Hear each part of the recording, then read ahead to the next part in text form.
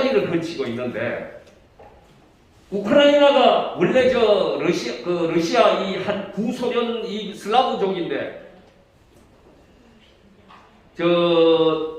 원래 그 같은 러시아 그걸로 옛날 구소련으로 있을 때는 찍소리 못하고 같이 있었어요. 같이. 그랬는데 1991년에 이제 독립이 되면서 자유를 좀 맛봤어요. 자유를. 그때 친서방 정책을 많이 썼던 대통령들이 있었어요. 이 사람들이 친서방하고 해보니까 자유, 경제 이게 그대로 전해져 오거든요. 그러다가 다시 이 푸틴이 들어오면서 다시 합병이 됐어요. 합방이 또 됐어요. 살아보니까 이제 옛날에 그냥 살 때는 전혀 몰랐는데 살아보니까 이게 그게 아니다는 걸 이제 아는 거예요. 인간의 가장 기본적인 것이 추구하는 것이 바로 자유입니다. 자유. 크게 잘 살고 뭐 못 살고 이건 중요하지 않아요. 내가 자유스럽게 내 가고 싶을 때 어디 뭐 등산도 가고 어디 해외도 가고 할 수 있는 그것이 가장 중요한 거고 그 다음이 행복이에요. 행복. 근데 이 두 개가 다 안 되는 거야. 두 개가. 그래서 야 이거 이렇게 살아서는 안 되겠구나. 그럼 우리가 자유스럽게 살 수 있는 방법은 무엇이냐? 나토에 가입을 해야 된다. 나토. 친서방 정책을 써서 나토에 가입을 하면은 그래도 나토가 우리를 지켜줄 거 아니냐? 그런데 지금 푸틴의 입장에서는 안 그래도 좀 이따 이제 얘기하겠습니다만은 옛날에 나폴레옹이 그 러시아를 정복하겠다고 들어왔지 않습니까? 공격을 했지 않습니까? 결국 동장군 때문에 실패를 했죠. 그 다음 2차 세계대전 당시에 독일이 또 공격을 했습니다. 그때 이 광활한 영토를 가지고 있었기 때문에 얼마나 멀리 떨어져 있었느냐? 1800km가 떨어져 있었습니다. 1800km.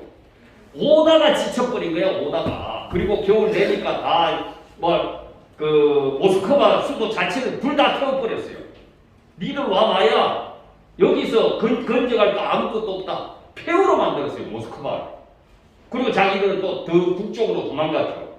그러니까 나폴레옹 군대가 왔다가 결국에는 아무 승산도 없이 그냥 동장군 때문에 다 도망가면서 완전히 그냥 져버린 거예요.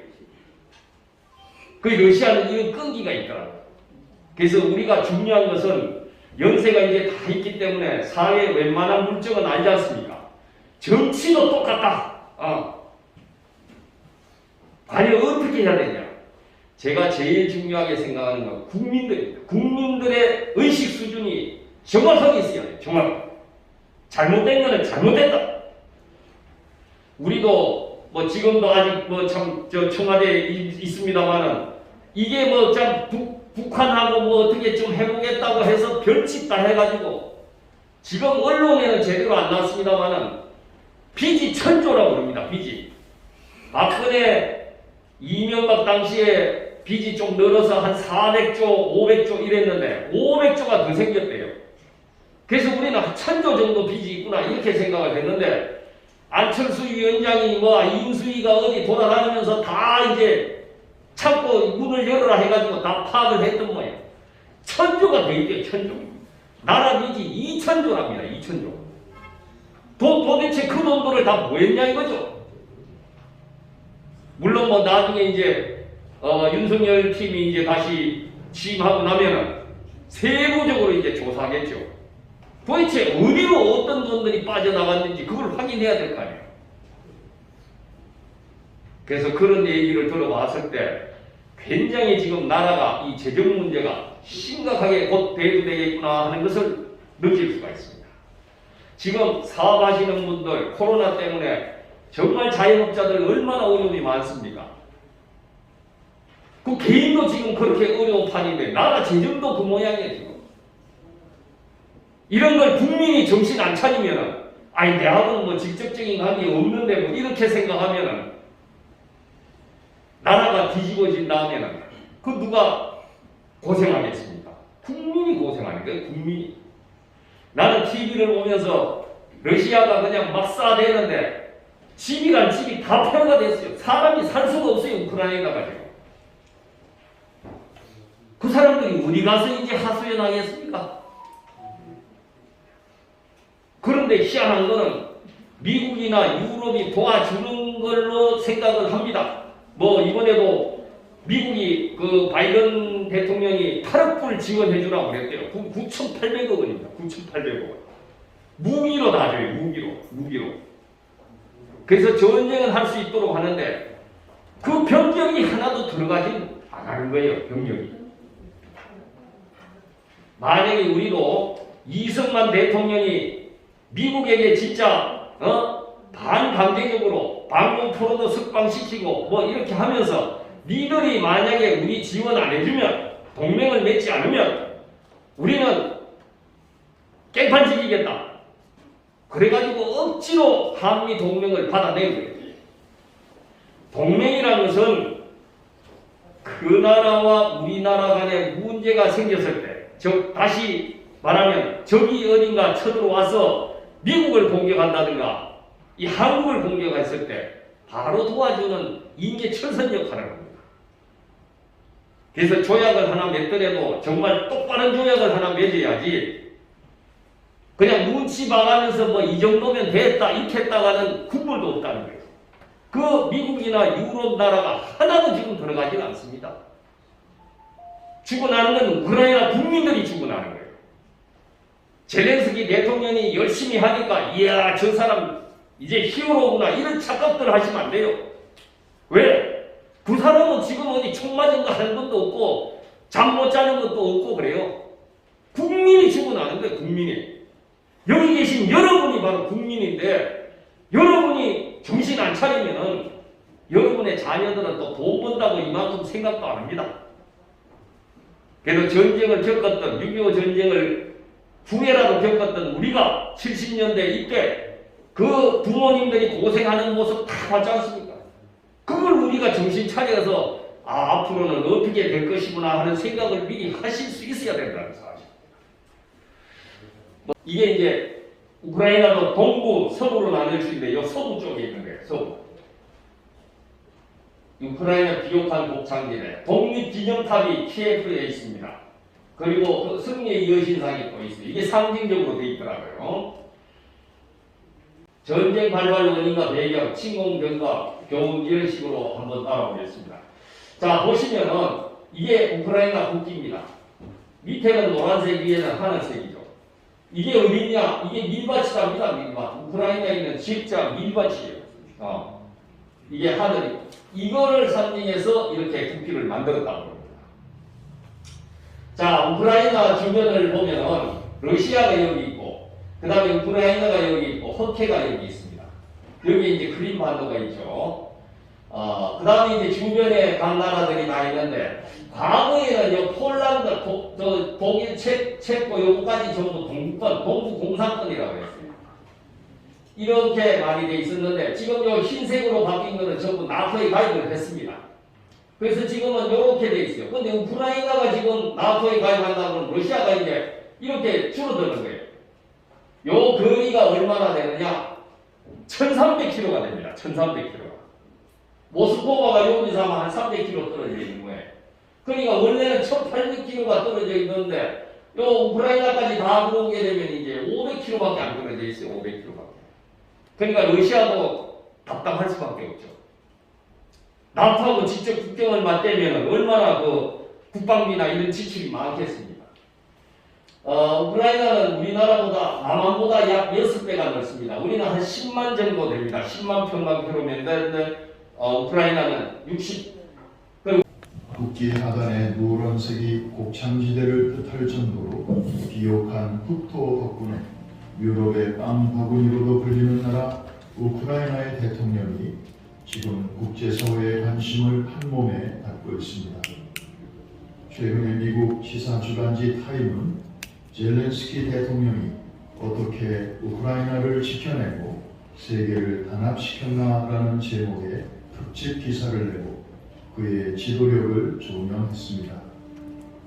타임은 러시아의 침공 5일째인 지난 3월 1일 젤렌스키 대통령이 유럽 의회에서 삶이 죽음을 이길 것이며 빛이 어둠을 이길 것이라면서 유럽 각국의 협력을 촉구하는 연설을 두고 찰리 채플린이 윈스턴 처칠로 변모한 것 같았다고 평가했습니다.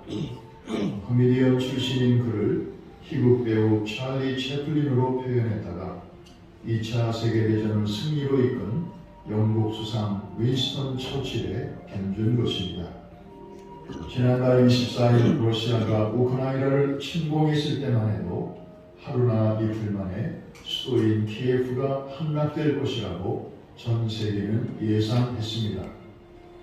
하지만 미국이 젤렌스키 대통령에게 항공편을 제공할 테니 망명할 것을 보냈을 때 그의 태도는 단호했습니다.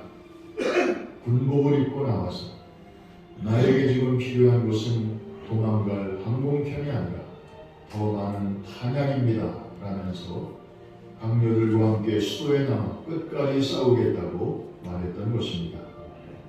이러한 지도자의 결기에 찬 말 한마디에 전 세계는 감동했고 소셜미디어에서는 러시아가 침공하기 전에는 그가 누군지도 몰랐지만 이제는 내가 응원하는 최고의 인물이다.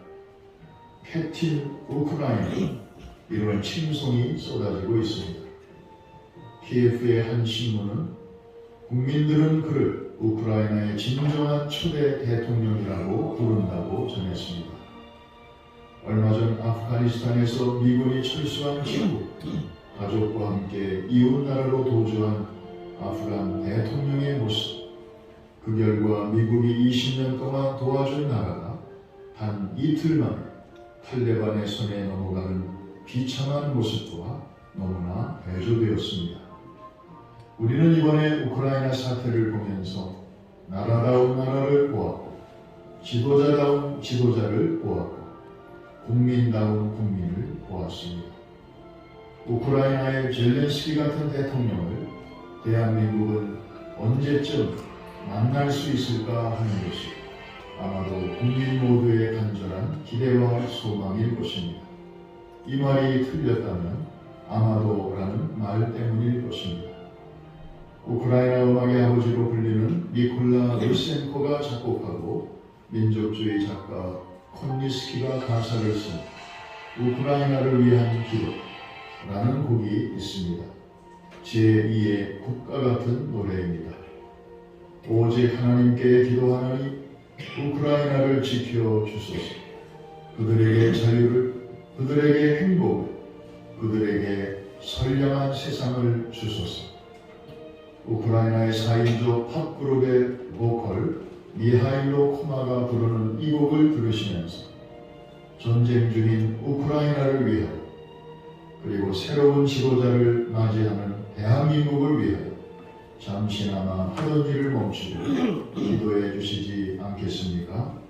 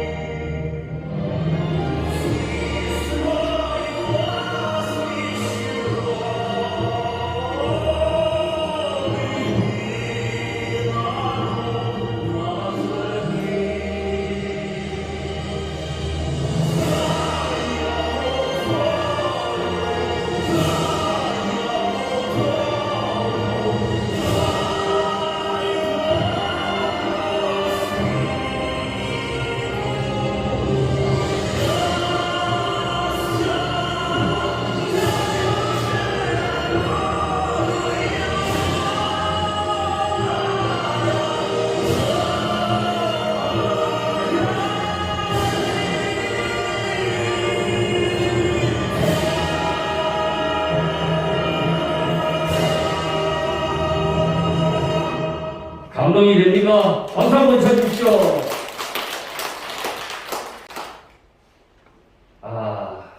저는 이 노래를 몇 번 이렇게 들어보면서 역시 저 나라에도 영웅은 있구나. 영웅이 있다는 얘기를 확실히 느꼈습니다. 그런데 불행히도 지금의 젤렌스키 대통령은 정말 영웅이 될 수 있는 사람인데 반면에 이전에 있던 그들의 위정자들은 정말로 부패에 빠졌던 그런 사람들이었습니다. 그때 당시에는 그 국민들도 몰랐어요. 이게 나라를 지키려면 무기가 있어야 되는지 없어야 되는지 그런 것도 생각이 안 된 거예요. 옆에 미국을 비롯해서 소련, 옛날 저 우크라이나는 핵무기를 가지고 있었어요. 1800기를 가지고 있었어요. 그런데 그걸 그냥 그들이 얘기하는 말만 듣고 그냥 다 넘겨줬어요. 러시아에다가. 너희들 그 관리비도 그 운용비도 비싼데 뭐하고 너희가 가지고 있냐. 넘겨주면 우리가 체제를 보장할게. 그 말에 녹아간 거예요. 녹아. 어리석은 국민인 거예요. 그게. 몰라서 그런 거예요. 몰라서.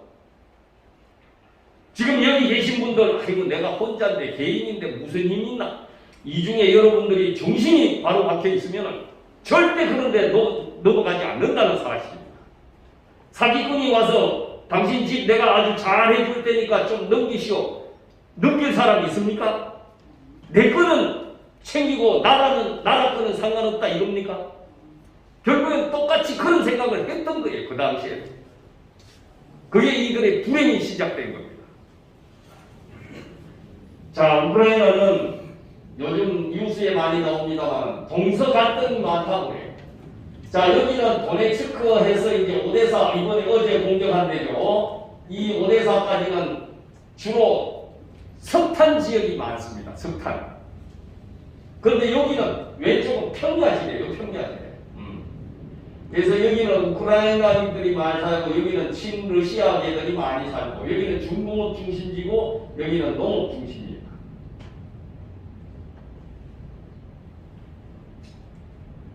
자, 러시아 기원을 한번 살펴보겠습니다. 9세기경에 슬라브 민족이 키예프 공국이라는 걸 만들었습니다. 그러니까 모스크바보다도 여기 키예프를 먼저 들어와가지고 주민이 살았던 거예요. 거기에서 키예프 공국이라는 걸 만들었는데 1240년에 몽골이 이 말 타고 5만 대를 다 돌아다녔지 않습니까? 그거 와가지고 여기 축대밭을 만들고 200년에서 300년 동안 식민지배를 했습니다. 몽골에 대해서 여러분들이 잘 알고 계실지 모르지만은 그 칸이 아주 특이한 사람이거든요. 니들 말하자면은 너들 왕족들이 그냥 알아서 다 이전처럼 지내라. 다만 세금, 그 다음에 화폐 이런 것들만 우리 가지고 다 통용하자. 그러니까 그 왕들, 그 위정자들은 상관이 없는 거예요. 뭐 솔직히. 몽골이 와서 지배를 못 살게 굴고 이런 것도 아니고 간섭하는 것도 아니고 니들이 알아서 해라. 그 대신에 우리가 조건 3개 내걸고 그것만 다 하자. 그러니까 위정자 입장에서는 크게 손해보는 게 없잖아요. 국민들이 이제 좀 손해를 보겠죠. 그 말을 달리니까 돌풍처럼 동해 번쩍 서해 번쩍 하면서 전 유럽을 다 휘저었습니다. 세계에서 제일 많이 점령했던 제국이 바로 몽골 제국이에요. 몽골 제국. 얼마나 빠르냐면은 어제 저녁 때쯤 해가지고 야 저 어디가 넘어갔다더라 이렇게 했는데 그게 다음날 아침 되면 벌써 자기들 마을에 공격해 와 있어요. 밤새 달려오는 거예요. 밤새. 그때 당시에 말 타고 기병대만 공격한다는 그것을 다른 유럽 사람들은 몰랐던 거예요. 그 다음에 아까 얘기했지만 1994년에 부다페스트 양해각서를 체결했어요. 이게 지금 미국, 영국이 보장하고 우크라이나, 카자흐스탄, 벨라루스에 있던 핵무기 이런 거 전부 러시아 다 넘겨라. 근데 이게 다 휴지 쪽쪽이 안 되잖아, 실제로. 힘 앞에는 무기가 가다는 거 나왔죠. 그 다음에 이제 민스크 조약은 2014년에 했는데 이것도 돈바스에 자꾸 충돌이 일어나니까 이거를 간사국들이 우크라이나, 러시아, 도네츠크, 루간스크 인민공화국 간에 협정을 맺었는데 다 실패한 거다 똑같다 이렇게 볼 수 있습니다. 그 다음 미국의 바이든 대통령이 8억불 지원하겠다, 9,800원 무기로 하겠다 이렇게 얘기했고, 중국은 러시아 요구는 합법적이고 타당하다 이렇게 하고 있다는 사실입니다. 자, 요 보면은 한 11개국이 이렇게 장비들을 다 지원해주고 있습니다. 아주 참 고마운 일입니다. 우리도 만약에 장비만 6.25 때 맞고 실질적으로 병력이 안 왔으면 우리가 견딜 수 있었겠습니까? 안 돼요. 자, 유용하게 쓸 서방 무기는 화력, 드론, 기습 이런 것들이 아주 잘 쓰고 있습니다. 그 중에 제블린카는 대전차 무기는 최첨단입니다. 그래도 다행히 좋은 무기는 다 보내주고 있어요. 지금 보니까. 자, 병력을 보니까 우크라이나는 지금 한 3만에서 4만 명 정도가 되고, 러시아는 요 주변에 집결한 병력만 15만에서 20만 명입니다. 차이가 많은 거예요, 지금. 실질적으로 러시아는 핵이 12,000개가 있답니다. 그 중에 4,650개는 적각 쏠 수 있도록 다 준비를 해놨고, 미국은 9,600개가 있는데 그 중에 2,468개만 배치됐는데, 개수가 이건 중요한 거 아닙니다. 한 10발만 서로 쏴버리면 망하는 거예요, 둘다. 상징적인 거죠, 이거를. 자, 돈바스 전투 많이 들어보셨죠? 이 아조우스탈이라는 지역인데, 저도 몰랐는데 이게 12만 평방킬로미터예요. 한쪽이 3km, 한쪽이 4km 되는 거예요. 그런데 이 밑에 보면은 20km가 넘는 미로가 지하 터널로 연결이 되어 있답니다. 그 이 중에 들어가서 유격전 하는 거예요, 지금. 뻗치는 거예요. 그런데 민간인이 지금 한 10만 명, 군인이 한 2,000명, 우크라이나 군인이 한 2,000명 정도 결사항전하고 있다, 이렇게 보고 있습니다. 그래서 푸틴도 야, 너무 막 몰아붙이지 마라. 쥐도 몰리면은 문다. 그런 의미로 그냥 계속 공세만 하고 있다고 합니다. 그리고 이제 민간인들이 많이 죽으면 또 여론이 안 좋겠죠. 세계 여론이. 푸틴은 또 용병을 운영하고 있는데, 와그너 그룹의 프리고진이라는 이 병력들이 이게 체첸도 들어가고 시리아도 들어가고 막 공격했던 그 용병인데 한 2,000명 정도가 활동하고 있답니다. 그래서 주로 우크라이나 정치인, 군 지휘관을 체포하는 데 쓰고 있답니다. 러시아군 돈바스 작전 개념은 우선 처음에는 수도 키예프를 점령하려고 했다가 안 되니까 이제는 동부 해랑 이거 전부 연결하겠다, 흑해 주변으로 해서 그거 하겠다는 쪽으로 바뀌어졌습니다. 자, 지금 이제 키예프에 보니까 러시아군이 빠지고 난 다음에 얼마나 많은 사상자가 있는지 말도 못합니다. 그것도 비참하게 손 뒤로 묶여가지고 자전거 타다가 죽은 사람, 저 건물이 함몰되면서 그냥 죽은 사람 수도 없이 많은데 지금. 그 다음에 이제 인간 방패로 또 어린 소년들을 인질로 해서 탱크 앞에다가 러시아군 탱크에다가 이렇게 그 앞에 배치해가지고 인질로 쓰고 있다, 이런 것도 볼 수 있습니다. 그 다음에 지금 현재 건물, 기관, 시설, 교량 600여 개, 도로 8,000km가 파괴돼서 한 6천억 불 정도 피해가 있다. 근데 이거보다 다르겠죠. 전쟁이 있었던 지역은 전부 폐허가 다 됐더라고요. 그거 앞으로 어떻게 참 제대로 국민들이 만약에 이제 평화를 맺는다 하더라도 어떻게 저거를 감당할 수 있을지 참 상상이 안 됩니다, 지금. 그러니까 나라가 힘이 없으면 이렇게 되는 거예요. 나라가 힘이 없으면.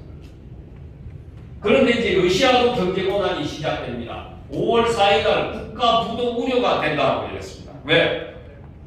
빚을 갚아야 되는데 달러로 갚으라 그랬거든요. 그 달러가 어디 있어? 뱅크런이라고 해서 다 찾아갔어요. 러시아 국민들이 다 찾아갔어. 없어, 달러가 이제. 그 지금 고민입니다. 중국이 좀 도와주지 않겠냐는데 중국도 미국이 막 음포를 놨습니다. 니들 만약에 그럼 똑같은 놈으로 취급할 때야. 그래서 지금 중국도 이러지도 못하고 지금 있습니다. 말은 열심히 하는데 루블화가 사상 최저치를 갔습니다. 30% 폭락했어요. 30%. 그 선물시장 정권에서 이런 데는 아예 거래 중지가 됐습니다. 환전소마다 달러 전부 다 찾아갔어요. 없어. 그 루블화가 무너지면 엄청난 인플레이션과 경제 불황이 급속히 아마 전파될 것이다. 그 러시아도 지금 죽을 맛입니다. 근데 중국도 지금 죽을 맛이에요. 중국도 지방 도시는 다 지금 무너질 우려가 있답니다. 왜? 건물은 실컷 지어놨는데 이제 분양도 안 되고 누가 사는 사람이 없어. 우리도 그런 거 조심해야 됩니다. 대구도 지금 상당히 건물 가격이 많이 떨어지고 있다고 그러는데 앞으로 어떻게 될지 두고 봐야 됩니다. 뭐 우리나라만 잘 된다 이거는 아니겠죠. 자, 우리에게 마지막인데 우리에게 주는 조언이 있습니다. 대한민국 안보는 친미, 경제는 중국, 우크라이나 친서방 친러주의죠. 이 사실 고민들 많이 하는 겁니다. 당사자들은. 그래서 내군이나 스스로 자기들의 운명을 결정하고 책임질 수 없는 상황의 연속이 꼭 우리와 비슷하다.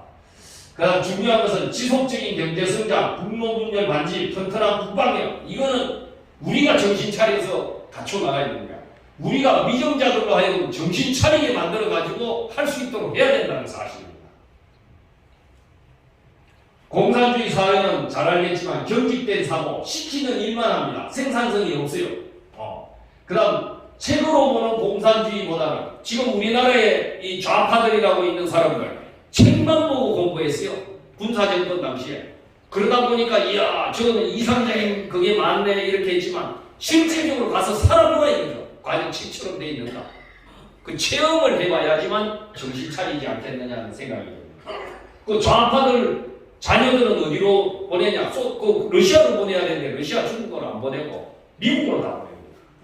이율배반적인 이중 행태를 하고 있다는 걸 여러분들이 아셔야 됩니다. 자, 공산주의 이론은 다 함께 잘 살자이지만 실제는 빈부격차가 더 심합니다. 푸틴도 재산 엄청나게 많답니다. 그리고 개인 자유, 거주를 통제시킵니다. 자, 국방비 절감이라는 막연한 목적으로 대안 없이 군대를 감추게해서는 절대 되지 않는다. 이웃 나라에서 바로 침략해온다는 것을 꼭 느끼시기 바랍니다. 자, 우리는 한미동맹 그래도 이승만 대통령이 억지로 써가지고 해놨습니다. 덕분에 우리는 이만큼 안보에 대해서는 어느 정도 보장을 받고 있습니다. 적극 개입을 할 수 있으니까. 그런데 우리도 이런 때가 있었어요. 16개국이 참전했잖아요. 그러니까 미국이 동맹 맺기 싫으니까 야 우리 16개국이 보장해줄게. 이승만이가 절대 안 된다. 미국 아니면 안 한다 우리는. 우리 평양까지 우리끼리만 간다. 이렇게 억지 주장해서 한미동맹을 한미 상호방위조약을 체결하게 된 겁니다. 학생 때는 본인이 힘이 세든가 아니면 힘생행이 있든가 이래야 왕따를 안 나갑니다. 학교에 가서. 양다리 걸치다가 잘못하면 나라를 다 잃을 수가 있습니다. 양다리 중요한 겁니다. 이거 함부로 써먹어서는 안 됩니다. 왜? 양쪽 눈에 다 밑비릴 수가 있기 때문에 조심해야 됩니다. 분열된 공론을 통합하고 지속적인 경제성장과 탄탄한 국방력을 길러야 우리 대한민국이 앞으로도 계속 승승장구할 수 있지 않을까 하는 생각에서 말씀드렸습니다. 감사합니다.